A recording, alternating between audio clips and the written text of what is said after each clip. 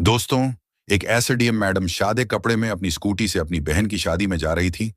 तभी सड़क पर एक दरोगा स्कूटी को रोककर उनसे रिश्वत मांगने लगता है। लेकिन जब एसडीएम मैडम कुछ बोलना चाहा, तभी दरोगा बेवजह उनको एक जोरदार थप्पड़ लगा देता है। फिर उसके बाद जो होता है वो देखने लायक है। तो वीडियो में अंत तक बने रहे, क्योंकि इस वीडियो से आपको बहुत कुछ सीख मिलने वाली है। और आपसे एक छोटा सा रिक्वेस्ट है कि अगर आप हमारे चैनल पर नए हैं तो वीडियो को लाइक करके चैनल को सब्सक्राइब जरूर कर लें और कमेंट में जय हिंद लिखना ना भूलें। तो चलिए बिना देरी के वीडियो को शुरू करते हैं। दोस्तों, एसडीएम कविता मिश्रा अपनी साधारण सलवार कुर्ता में स्कूटी पर सवार तेजी से अपनी बहन की शादी में जा रही थी। ना कोई सरकारी गाड़ी, ना कोई सिक्योरिटी, बस एक साधारण लड़की की तरह स्कूटी चलाते हुए। जैसे ही वे हाईवे पर पहुंची, सामने पुलिस की बैरिकेडिंग नजर आई। 3-4 पुलिसकर्मी सड़क पर खड़े थे और बीच में दारोगा रमाशंकर यादव वर्दी में खड़ा था। उसने सामने आते ही कविता को हाथ के इशारे से रुकने को कहा। वो लड़की स्कूटी साइड में लगाई। दरोगा की आवाज में रोप था, कहां जा रही हो? मेरी बहन की शादी है, वहीं जा रही हूं, कविता ने शांत लहजे में जवाब दिया। दरोगा ने ऊपर से नीचे तक कविता को घूरा और फिर मुस्कुराते हुए बोला, अच्छा तो शादी में जा रही हो, लेकिन हेलमेट नहीं पहना और ये स्कूटी भी बहुत तेज चला रही थी। चलो चालान भरना पड़ेगा, दारोगा ने चालान बुक निकालते हुए कहा। कविता को अंदाजा हो गया कि यह एक बहाना था। वह बोली, सर मैंने कोई नियम नहीं तोड़ा है। अरे मैडम, कानून हमें मत सिखाओ। उसने साइड में खड़े एक सिपाही को देखा और फिर झुकते हुए फुसफुसाया, ऐसे नहीं मानेगी, इसको तरीका सिखाना पड़ेगा। अचानक दारोगा ने जोरदार थप्पड़ कविता के गाल पर जड़ दिया। बहुत सवाल पूछती है, जब पुलिस कुछ कहे तो चुपचाप मान लेना चाहिए। कविता का सिर एक पल के लिए झटका खा गया, लेकिन उन्होंने खुद को संभाल लिया। उनकी आंखों में आग थी। दारोगा ठहाका मारकर हंसा और अपने साथियों से बोला, अभी भी अकड़ बाकी है, लगता है अच्छे से सिखाना पड़ेगा। एक सिपाही आगे बढ़ा और बोला, मालिक थाने ले चले, वहां आराम से मामला देख लेंगे। दारोगा सिर हिलाकर बोला, हाँ इसे थाने ले चलते हैं, तब समझ आएगा कि पुलिस से कैसे बात की जाती है। एक सिपाही ने कविता का हाथ पकड़कर खींचा, चल जीप में बैठ। कविता ने अपना हाथ झटका और गुस्से से बोली, हिम्मत मत करना। दारोगा का पारा चढ़ गया। उसने अपने एक आदमी से कहा, इसका घमंड तोड़ो। एक सिपाही ने आगे बढ़कर कविता के बाल खींचे और जबरदस्ती घसीटने की कोशिश की। कविता दर्द से कराह उठी, लेकिन अब भी अपनी पहचान छुपाए रखी। वो देखना चाहती थी कि यह लोग कितनी गिरी हुई हरकत कर सकते हैं। कविता अब कुछ बोलने ही वाली थी कि एक पुलिस वाले ने गुस्से में उनकी स्कूटी को लात मार दी। बड़ी आई शरीफ बनने, अब तेरा खेल खत्म। कविता पूरी तरह समझ गई थी कि ये लोग कितने नीचे गिर सकते हैं। दरोगा की आंखों में गुस्सा था। उसने जोर से चिल्लाकर कहा, बहुत देखे हैं तेरे जैसे अकू लोग, पुलिस से भिड़ेगी, अभी औकात दिखाता हूं। ले चलो इसे थाने, वहीं समझाएंगे। एसडीएम कविता मिश्रा अब भी चुप थी। उन्होंने अपनी पहचान बताने का कोई इरादा नहीं किया।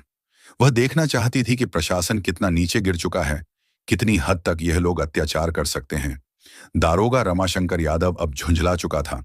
उसके सामने एक लड़की खड़ी थी, जिसने उसके तमाचे खाए, बाल खींचे गए, हाथ पकड़कर खींचा गया, लेकिन वह अब भी चुप थी। दारोगा ने सिपाहियों को घूरते हुए कहा, ले चलो इसे थाने, वहीं देखेंगे, इसका क्या करना है। 2 सिपाही कविता के दोनों हाथ पकड़कर घसीटने लगे। छोड़ो मुझे कविता, पहली बार जोर से बोली। दारोगा हंसा, अब जुबान खुली चल, थाने में देखेंगे कितना बोलती है। थाने में घुसते ही दारोगा ने जोर से चिल्लाया, ओए चाय पानी लाओ, एक स्पेशल केस आया है। कविता अब भी शांत थी। वह देख रही थी कि आम जनता के साथ पुलिस कैसा व्यवहार करती है। दारोगा ने अपने जूनियर से फुसफुसा के कहा, सुन, किसी तरह इस पर कोई केस डाल दो। सिपाही बोला, क्या केस सर? दारोगा हंसा, कोई भी चोरी, जेब कतरी राशि, बस अंदर डालना है। कविता सब सुन रही थी, लेकिन अब भी कोई प्रतिक्रिया नहीं दी। दारोगा टेबल पर बैठ गया और कलम घुमाते हुए बोला, नाम बता, घर का पता बता। कविता चुप रही। दारोगा ने फिर से पूछा, नाम क्या है? कविता अब भी चुप। दारोगा ने मेज पर जोर से हाथ मारा, सुनाई नहीं देता तुझे? नाम बता अपना। रेखा त्रिपाठी, कविता ने झूठा नाम बताया। दारोगा हंसा, बहुत समझदार है तू, लेकिन ज्यादा चालाकी मत कर, वरना बड़ी गलती होगी। कविता को जबरदस्ती लॉकअप में डाल दिया गया। एक गंदा बदबूदार कमरा, जहां पहले से 2 महिलाएं बैठी थीं। क्या किया तूने? एक औरत ने पूछा। कुछ नहीं, कविता ने हल्की मुस्कान दी। अब वह देख रही थी कि प्रशासन कितना गंदा हो चुका है। एक एसडीएम तक को इस तरह बिना सबूत अंदर कर सकते हैं, तो आम जनता का क्या हाल होगा? कविता एसडीएम अब लॉकअप के अंदर थी। वह बस देख रही थी, सुन रही थी और सब कुछ समझ रही थी। आखिर प्रशासन कितना गिर चुका है, वह हर हरकत पर गौर कर रही थी। दरोगा ने एक फर्जी रिपोर्ट तैयार करवाई। इस पर चोरी और ब्लैकमेलिंग का केस डाल दो। दरोगा ने फाइल को ठोकते हुए कहा। सिपाही बोला, लेकिन सर बिना सबूत के। दरोगा हंस पड़ा। सबूत? इस थाने में सबूत बनाए जाते हैं। थोड़ी देर बाद एक सिपाही आगे बढ़ा और जोर से कविता के कंधे पर धक्का मारा। कविता दीवार से टकराई, लेकिन उनके चेहरे पर कोई डर नहीं था। दारोगा ने हाथ उठाया और थप्पड़ मारने ही वाला था कि बाहर से आवाज आया, रुक जाओ। दरवाजे पर एक पुलिस अधिकारी खड़ा था। दारोगा नीरज तिवारी। थाने में उसकी छवि थोड़ी ईमानदार अफसर की थी। उसने थाने के अंदर की महिलाओं को देखा।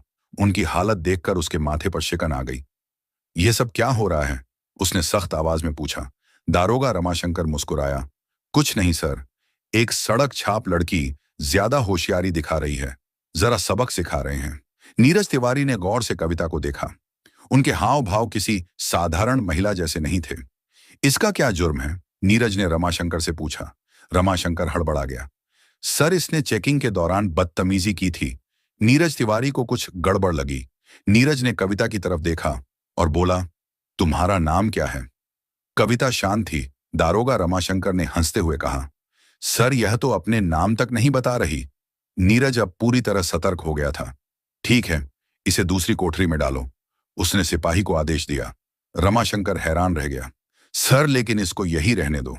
इसे मैं देखूं कि यह होशियार है। लेकिन वह नहीं माना और नीरज तिवारी के आदेश पर कविता को एक दूसरी कोठरी में डाल दिया गया। यह कोठरी पहली से भी ज्यादा अंधेरी और गंदी थी। कविता ने चारों तरफ नजर दौड़ाई। कमरे में एक टूटा हुआ टेबल और एक जंग लगा लोहे का रड़ पड़ा था। कविता अब इस प्रशासन का गंदा चेहरा और गहराई से देख रही थी। यह सिस्टम कितना गिर चुका है। उनका हर मिनट का अनुभव यह साबित कर रहा था कि कानून सिर्फ कागजों में ही था। अचानक एक सिपाही बोला, सर एक बड़ी गाड़ी बाहर खड़ी है। रमाशंकर चौंका। गाड़ी में कौन आया है? सिपाही ने घबराकर कहा, सर गाड़ी सरकारी है। सिपाही बाहर गया, लेकिन जैसे ही उसने गाड़ी के अंदर झांका, उसकी आंखें फटी रह गईं। सिपाही हड़बड़ाते हुए अंदर आया और धीरे से बोला, सर वो क्या हुआ? कौन है? रमाशंकर झुंझला उठा। सिपाही ने कांपते हुए कहा, सर डीएम साहब। रमाशंकर का चेहरा सफेद पड़ गया। नीरज तिवारी भी चौकन्ना हो गया। अब मामला बहुत बड़ा हो चुका था। डीएम साहब ने थाने में कदम रखा। उनकी आंखों में गुस्सा था। उन्होंने रमाशंकर की ओर देखा और कड़क आवाज में पूछा, दारोगा, रमाशंकर क्या चल रहा है यहां? रमाशंकर घबराया हुआ बोला, साहब कुछ नहीं, बस एक मामूली केस था। डीएम साहब ने टेबल पर पड़ी कविता की फाइल उठाई और ध्यान से पढ़ी। उनका माथा से भर गया। फिर उन्होंने कविता की ओर देखा। इस महिला पर 420 और ठगी का केस। डीएम साहब की आवाज गूंज उठी। उन्होंने रमाशंकर की ओर देखा। क्या सबूत है तुम्हारे पास? रमाशंकर अब पूरी तरह फंस चुका था। डीएम साहब ने कविता से सीधा सवाल किया, आपका नाम? कविता ने हल्की मुस्कान दी और पहली बार अपना नाम बताया, कविता शुक्ला एसडीएम। पूरा थाना हक्का बक्का रह गया। रमाशंकर के हाथ पैर कांपने लगे। सारे पुलिस वाले चौंक कर खड़े हो गए। रमाशंकर के पैरों तले जमीन खिसक गई। एसडीएम मैडम, जिसे वह ठग समझकर फर्जी केस में फंसा रहा था, वह खुद एसडीएम निकली। थाने के सारे पुलिसकर्मी सदमे में आ गए। डीएम साहब ने घूरते हुए कहा, दारोगा रमाशंकर, तुम्हारी हिम्मत कैसे हुई एसडीएम मैडम पर झूठा केस डालने की? रमाशंकर कुछ बोलने ही वाला था कि नीरज तिवारी ने तेज आवाज में कहा, सर मैंने पहले ही कहा था कि कुछ गड़बड़ है। अब रमाशंकर अकेला पड़ चुका था। कविता ने अब अपना असली रुख दिखाया। उन्होंने शांत लेकिन सख्त आवाज में कहा, दारोगा रमाशंकर, तुम सस्पेंड हो। तुम्हारे खिलाफ विभागीय जांच होगी और तुम पर केस दर्ज किया जाएगा। रमाशंकर के होश उड़ गए। सारे पुलिसकर्मी अब रमाशंकर से दूरी बनाने लगे। नीरज तिवारी ने तुरंत हवलदार को आदेश दिया, रमाशंकर को हिरासत में लो। जैसे ही हवलदार रमाशंकर को पकड़ने आगे बढ़ा, अचानक रमाशंकर ने जेब से एक कागज निकाला। उसने मुस्कुराते हुए कहा, लेकिन यह देखिए। उसने वह हवा में लहराया। डीएम साहब और एसटीएम। कविता ने उसे ध्यान से देखा। रमाशंकर ने ठाका लगाया, यह रहा मेरा ट्रांसफर ऑर्डर। 3 दिन पहले ही मेरा ट्रांसफर हो चुका है, तो अब आप मुझे सस्पेंड नहीं कर सकती। थाने में फिर से सन्नाटा छा गया। कविता ने कागज अपने हाथ में लिया और गौर से पढ़ा। क्या यह असली है? डीएम साहब ने कड़े स्वर में पूछा। डीएम साहब ने नीरज तिवारी की ओर देखा और बोले, इस कागज की तुरंत जांच करो। अगर यह असली निकला तो भी रमाशंकर का निलंबन रोका नहीं जा सकता। रमाशंकर की हंसी अचानक गायब हो गई, क्योंकि अगर कोई भी सरकारी कर्मचारी ट्रांसफर के बाद भी गलत गतिविधियों में शामिल होता है तो उस पर कार्रवाई की जा सकती है। अब रमाशंकर की हालत बिगड़ने लगी। नीरज तिवारी तुरंत ऑनलाइन सिस्टम में रमाशंकर का रिकॉर्ड चेक करने लगे। नीरज ने सिर उठाया और कहा, सर यह कागज असली है, लेकिन रमाशंकर ने अभी कार्यभार नहीं सौंपा था। मतलब यह कि रमाशंकर अब भी इस थाने का प्रभारी था और उसी दौरान उसने यह सब किया था। अब कोई भी रमाशंकर को बचा नहीं सकता था। एसडीएम कविता ने सीधी नजर रमाशंकर पर डाली और कहा, अब तुम्हारी असली जगह तुम्हारी अपनी जेल में होगी। गिरफ्तार करो इसे। डीएम साहब ने आदेश दिया। जैसे ही रमाशंकर को गिरफ्तार करने का आदेश हुआ, पूरा थाना हिल गया। रमाशंकर को पहली बार एहसास हुआ कि अब वह बच नहीं सकता। लेकिन अचानक उसने कहा, ठहरिए एसडीएम मैडम, मैं अकेला नहीं हूं। रमाशंकर ने हंसते हुए कहा, मैडम क्या आपको लगता है कि इस थाने में सिर्फ मैं भ्रष्ट हूं? उसने थाने के बाकी पुलिस वालों की तरफ इशारा किया और कहा, ये सब मेरे साथ हैं। पूरी कड़ियां ऊपर तक जुड़ी हैं। थाने के कुछ पुलिस वाले घबराने लगे। नीरज तिवारी भी चौंक गया। एसडीएम कविता ने डीएम साहब की तरफ देखा और कहा, इस पूरे थाने की जांच की जाएगी। अब कोई भी सुरक्षित नहीं है। डीएम साहब ने तुरंत आदेश दिया, पुलिस टीम को बुलाया जाए। अब पूरे थाने में हड़कंप मच गया। जैसे ही टीम ने जांच शुरू की, कुछ पुलिस वालों के चेहरे पीले पड़ने लगे। एक हवलदार आगे आया और एसडीएम मैडम के सामने हाथ जोड़कर बोला, मैडम मुझे माफ कर दीजिए, मैं सिर्फ आदेशों का पालन कर रहा था। तभी अचानक एक पुलिस वाले ने फाइल निकाली और कहा, मैडम ये हमारे बड़े साहब भी इसमें शामिल हैं। कौन बड़े साहब? डीएम साहब ने गुस्से में पूछा। पुलिस वाले ने डरते डरते जवाब दिया, एसएसपी साहब। अब पूरा मामला ऊपर तक जुड़ चुका था। थाने में सन्नाटा छा गया। अब मामला सिर्फ रमाशंकर तक सीमित नहीं था। डीएम साहब ने गहरी सांस ली और फिर सख्त आवाज में बोले, इस थाने का पूरा स्टाफ तत्काल प्रभाव से निलंबित किया जाता है। जैसे ही यह आदेश मिला, थाने के पुलिस वालों के होश उड़ गए। कुछ पुलिस वाले अपने फोन निकालकर किसी को कॉल करने लगे। कुछ लोग चुपचाप सिर झुकाकर खड़े हो गए। तो दारोगा आप भी बचने का रास्ता ढूंढ रहे थे, लेकिन कोई नहीं बच सकता था। एसडीएम कविता ने डीएम साहब की तरफ देखा और बोली, अब हमें एसएसपी साहब से भी जवाब लेना होगा। डीएम ने तुरंत आदेश दिया, एसएसपी को अभी बुलाया जाए।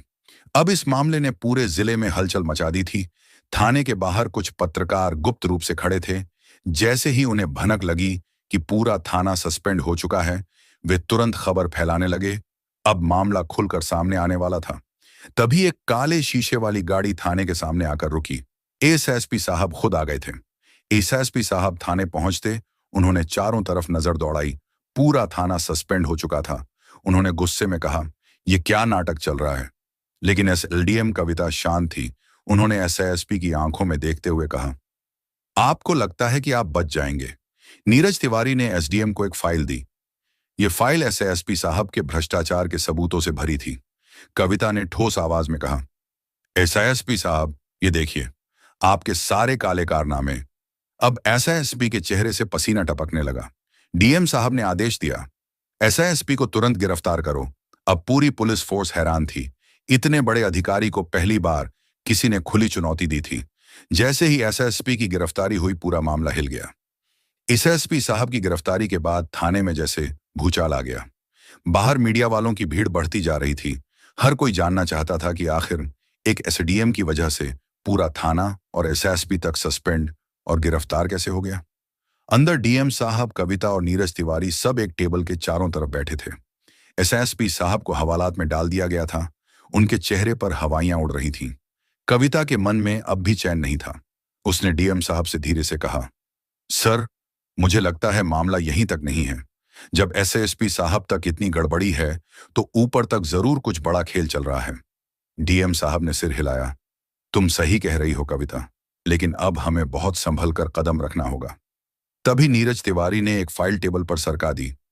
मैडम, ये देखिए, पिछले कुछ महीनों में जितने भी केस इस थाने में दर्ज हुए हैं, उनमें से आधे से ज्यादा में या तो फर्जी एफआईआर है या सबूतों के साथ छेड़छाड़। और ये सब रमाशंकर और एसएसपी के साइन से पास हुए हैं। कविता ने फाइल खोली। उसकी आंखों में गुस्सा साफ झलक रहा था।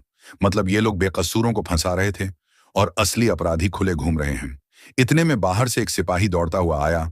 मैडम, बाहर एक आदमी आया है, कहता है कि उसके पास बहुत जरूरी सबूत है। वो आपसे अकेले में मिलना चाहता है। कविता ने डीएम साहब की तरफ देखा। डीएम ने सिर हिलाया। जाओ देखो कौन है। कविता बाहर आई तो देखा एक दुबला पतला आदमी, चेहरे पर डर साफ दिख रहा था। वो धीरे से बोला, मैडम, मैं बहुत दिनों से इन लोगों के खिलाफ सबूत इकट्ठा कर रहा था, लेकिन डर के मारे सामने नहीं आ सका। मेरे पास एक पेन ड्राइव है, उसमें सब कुछ है, वीडियो, ऑडियो, सबूत।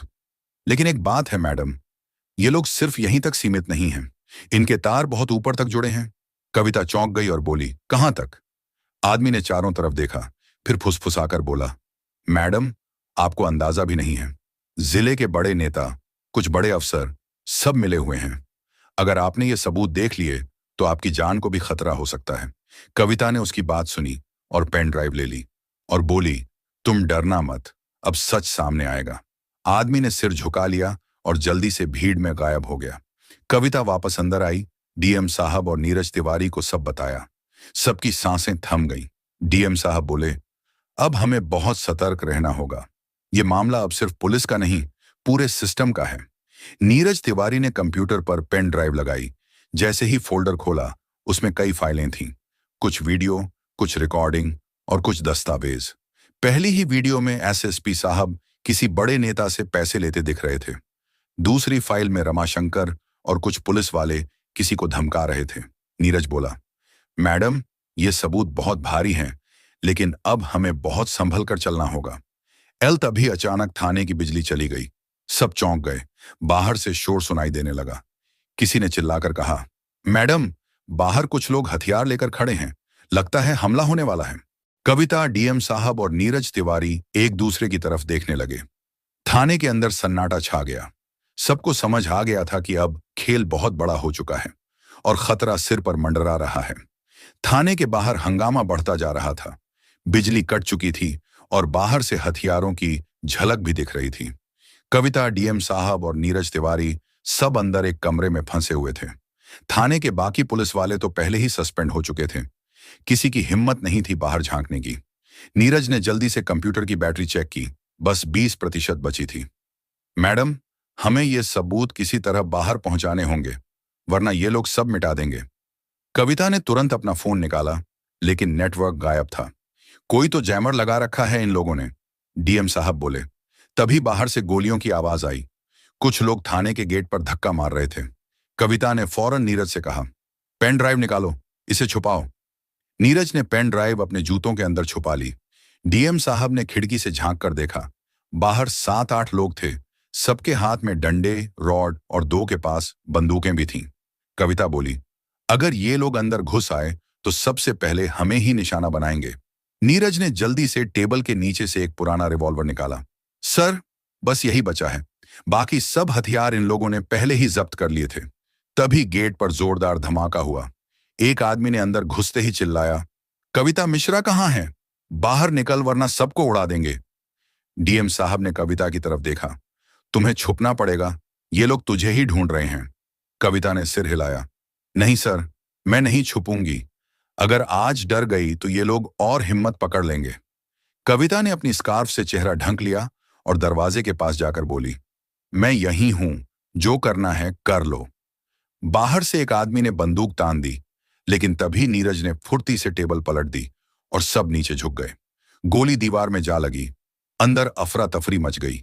डीएम साहब ने नीरज से फुसफुसाकर कहा, किसी तरह पुलिस कंट्रोल रूम में खबर पहुंचाओ, वरना ये लोग हमें मार देंगे।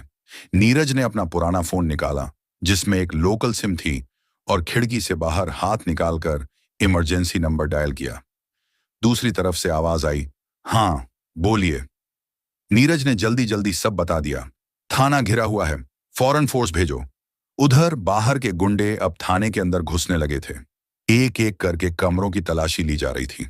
कविता, डीएम और नीरज ने खुद को एक स्टोर रूम में बंद कर लिया। अंदर अंधेरा था, लेकिन सबकी सांसें तेज हो चुकी थीं। तभी किसी ने दरवाजे पर लात मारी। खोलो, वरना आग लगा देंगे। कविता ने धीरे से फुसफुसाया, नीरज, पेन ड्राइव संभाल कर रखना। अगर हम नहीं बचे तो ये सबूत किसी तरह बाहर पहुंचाना है। नीरज ने सिर हिलाया। आप चिंता मत करो मैडम, जान चली जाए लेकिन ये सबूत बाहर जरूर जाएगा। अचानक बाहर से पुलिस सायरन की आवाज सुनाई दी। गुंडे घबरा गए, एक दो भागने लगे। कंट्रोल रूम से मिली सूचना पर दूसरी पुलिस फोर्स आ चुकी थी। गोलियों की आवाजें तेज हो गईं। बाहर अफरा तफरी मच गई। कविता ने जल्दी से दरवाजा खोला। देखा कि पुलिस फोर्स ने कुछ गुंडों को पकड़ लिया है, लेकिन दो तीन अब भी अंदर छुपे हैं। तभी एक गुंडा स्टोर रूम में घुस आया। उसकी आंखों में खून उतर आया था। उसने नीरज की तरफ पिस्तौल तान दी। पेन ड्राइव निकाल, वरना यहीं खत्म कर दूंगा। नीरज और कविता दोनों एक दूसरे की तरफ देखने लगे। डीएम साहब ने सांस रोक ली। स्टोर रूम के अंदर माहौल पूरी तरह तनाव भरा था। गुंडे ने नीरज पर पिस्तौल तान रखी थी। उसकी आंखों में वहशियत साफ दिख रही थी। पेन ड्राइव निकाल, वरना यहीं खत्म कर दूंगा, उसने दांत पीसते हुए कहा। नीरज ने पसीने पसीने होते हुए धीरे से जूते से पेन ड्राइव निकाली। कविता ने इशारे से मना किया, लेकिन अब कोई चारा नहीं था। तभी बाहर से पुलिस वालों की तेज आवाजें सुनाई देने लगी। कोई अंदर मत घुसने पाए, फायरिंग बंद करो। गुंडा घबरा गया। एक पल के लिए उसका ध्यान भटका। उसी मौके का फायदा उठाकर कविता ने पास पड़ी लोहे की रॉड उठाई और पूरी ताकत से उसके हाथ पर मार दी। पिस्तौल नीचे गिर गई। नीरज ने फुर्ती से पेन ड्राइव पीछे फेंक दी। डीएम साहब ने भी हिम्मत दिखाते हुए गुंडे को पकड़ लिया। पुलिस वाले अंदर घुसे और गुंडे को दबोच लिया। थोड़ी ही देर में थाने के बाहर का माहौल शांत हो गया। पुलिस ने बाकी गुंडों को भी पकड़ लिया था। कविता, नीरज और डीएम साहब बाहर निकले तो मीडिया की भीड़ कैमरे और माइक लिए खड़ी थी। सब जानना चाहते थे कि आखिर अंदर क्या हुआ।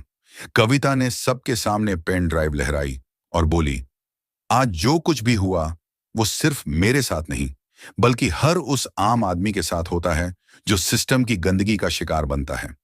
लेकिन आज सच सामने आ गया है। अब कोई भी भ्रष्ट अफसर या नेता बच नहीं पाएगा। डीएम साहब ने तुरंत पेन ड्राइव को जांच टीम को सौंप दिया। अगले ही दिन जिले भर में हड़कंप मच गया।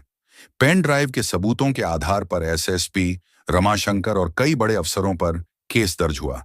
कई नेताओं की भी जांच शुरू हो गई। मीडिया में कविता मिश्रा की बहादुरी की खबरें छा गईं। कुछ दिन बाद कविता अपनी बहन की शादी में पहुंची तो पूरे गांव ने तालियों से स्वागत किया। उसकी बहन ने गले लगाकर कहा, दीदी, आज सच में तुम हीरो हो। डीएम साहब और नीरज तिवारी भी वहां आए। नीरज ने मुस्कुराते हुए कहा, मैडम, अगर आपकी हिम्मत और समझदारी न होती तो शायद आज ये सिस्टम कभी साफ न हो पाता। कविता ने हल्की मुस्कान के साथ कहा, यह लड़ाई सिर्फ मेरी नहीं थी, हर उस इंसान की थी जो कभी ना कभी सिस्टम के जाल में फंसा है। फर्क सिर्फ इतना है कि आज हमने डर के आगे जीत हासिल कर ली। आखिरकार पूरे जिले में पुलिस प्रशासन की सफाई शुरू हुई। ईमानदार अफसरों को आगे बढ़ाया गया और भ्रष्टाचारियों को सजा मिली। कविता मिश्रा की कहानी हर लड़की के लिए मिसाल बन गई कि अगर हिम्मत और सच साथ हो तो कोई भी सिस्टम बदल सकता है। तो दोस्तों, ये थी एसडीएम कविता मिश्रा की कहानी। एक ऐसी लड़की जिसने अकेले अपने दम पर पूरे सिस्टम को हिलाकर रख दिया। उसने साबित कर दिया कि अगर इरादे मजबूत हों और सच का साथ हो तो कोई भी ताकत आपको रोक नहीं सकती, चाहे हालात कितने भी मुश्किल क्यों ना हों। अगर हिम्मत और सच्चाई से डटे रहो तो जीत पक्की है। कविता की तरह हमें भी कभी डरना नहीं चाहिए। गलत के खिलाफ आवाज उठानी चाहिए, क्योंकि बदलाव की शुरुआत हमेशा एक इंसान से ही होती है। उम्मीद है ये कहानी आपको भी हिम्मत और इंस्पिरेशन देगी और आप भी अपने आसपास के गलत को बदलने की कोशिश जरूर करेंगे। अगर आपको ये कहानी पसंद आई हो तो अपने दोस्तों के साथ शेयर करना मत भूलना। और हाँ, कभी भी सिस्टम या हालात से हार मत मानना, क्योंकि असली हीरो वही है जो मुश्किल वक्त में भी हार नहीं मानता। दोस्तों, अगर वीडियो अच्छी लगी हो तो वीडियो को लाइक करके हमारे चैनल को सब्सक्राइब जरूर करें। अब मिलते हैं अगली कहानी में एक नई उम्मीद और नए जज्बे के साथ। धन्यवाद।